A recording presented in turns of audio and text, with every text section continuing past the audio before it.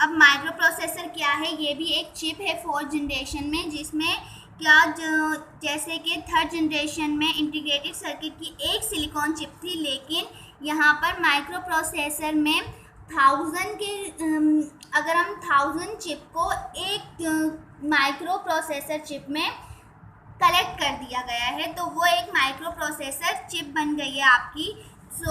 ये इन्वेंशन हुई आपकी फोर्थ जनरेशन में, जिसमें 1000 बंडल्स ऑफ चिप को एक ही सर्किट में उन्होंने कलेक्ट कर दिया कि हम अलग अलग चीज़ों के लिए अलग अलग चिप क्यों लगाएं, सारे ही के जो सर्किट है उसको एक साथ कनेक्ट कर हम एक ही चिप इन्वेंट करते हैं। बंडल ऑफ चिप्स को, सिलिकॉन चिप्स को एक साथ कलेक्ट कर दिया गया और माइक्रो प्रोसेसर इन्वेंट कर दिया गया। ये हुआ आपका फोर्थ जनरेशन में, जो कि अभी भी यूज़ हो रही है। यहाँ पर ये देख लीजिए, 1000 of integrated circuit were build on a single silicon chip, के थाउजेंड्स ऑफ इंटीग्रेटेड सर्किट को बिल्ड कर एक सिंगल सिलिकॉन चिप में आपका अटैच कर दिया गया है। What in the first generation filled the entire room, जबकि फर्स्ट जनरेशन में जो कंप्यूटर था वो पूरा रूम घेर रहा था। Now fit in the palm, और अब का जो कंप्यूटर है वो हमारी हथेली में आ चुका है। मींस एक इतनी छोटी चिप बना दी गई है, फंक्शन इतना छोटे, जो उसके फंक्शंस का जो आपके कंपोनेंट्स हैं, सारा जो सर्किट है वो उसको इतना स्मॉल बना दिया गया है कि वो अब हमारे पाम में फिट हो सकता है, हमारी हथेली में फिट हो सकता है, हाथ की हथेली में। ओके। और फोर्थ जनरेशन में भी क्या हुआ कि आपका जो कंप्यूटर का साइज़ है वो और स्मॉलर हो गया, ऑपरेटिंग स्पीड जो है वो फास्ट हो गई, इसका कॉस्ट जो है वो बहुत लो हो गया, और ये एक्सट्रीमली रिलायबल हो गया है। फोर्थ जनरेशन की जो एग्जाम्पल है वो है आपकी IBM।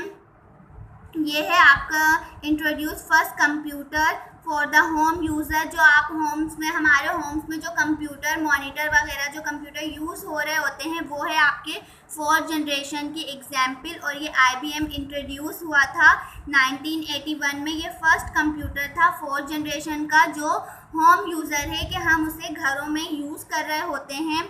एंड इन 1984 में एप्पल इंट्रोड्यूस हो गया था। Microprocessor also moved out of the realm of desktop, और ये और एडवांस होते होते डेस्कटॉप कंप्यूटर बन चुका है। इसको हम डेस्कटॉप कंप्यूटर भी कहते हैं, इनटू मैनी एरियाज, और ये बहुत यूज़फुल है। Everyday product began to use microprocessor. हर जगह डेली लाइफ में हर प्रोडक्ट्स के लिए हम माइक्रो प्रोसेसर जो है वो यूज़ कर रहे होते हैं। तो ये थी आपकी फोर्थ जनरेशन की टेक्नोलॉजी। इसके बाद आपकी जो लास्ट जनरेशन है वो है फिफ्थ जनरेशन। फिफ्थ जनरेशन में आपके जो कि अभी प्रेजेंट एंड बियॉन्ड है वो artificial intelligence. Okay. Fifth generation जो कंप्यूटिंग डिवाइस है फिफ्थ जनरेशन में वो बेस्ड है आपका आर्टिफिशियल इंटेलिजेंसी पर। Intelligence are still in development, और ये इसमें न्यू डेवलपमेंट मुस्तकिल हो रही है। ये नहीं है फिफ्थ जनरेशन पे कि रुक गई है, आपका न्यू जनरेशन, उसमें न्यू टेक्नोलॉजीज़ में एक्सपेरिमेंट हो रहे हैं और इन्वेंट, और उसको फास्टफुल और आर्टिफिशियल बनाया जा रहा है। उसके जो पार्ट्स हैं उसमें और न्यू मॉडर्न टेक्नोलॉजीज़ आ रही हैं। Through there are some application such as voice recognise, और अब जैसे कि आप देख लो कंप्यूटर अब टच स्क्रीन आ चुके हैं, तो ये क्या है, ये आर्टिफिशियल इंटेलिजेंसी है।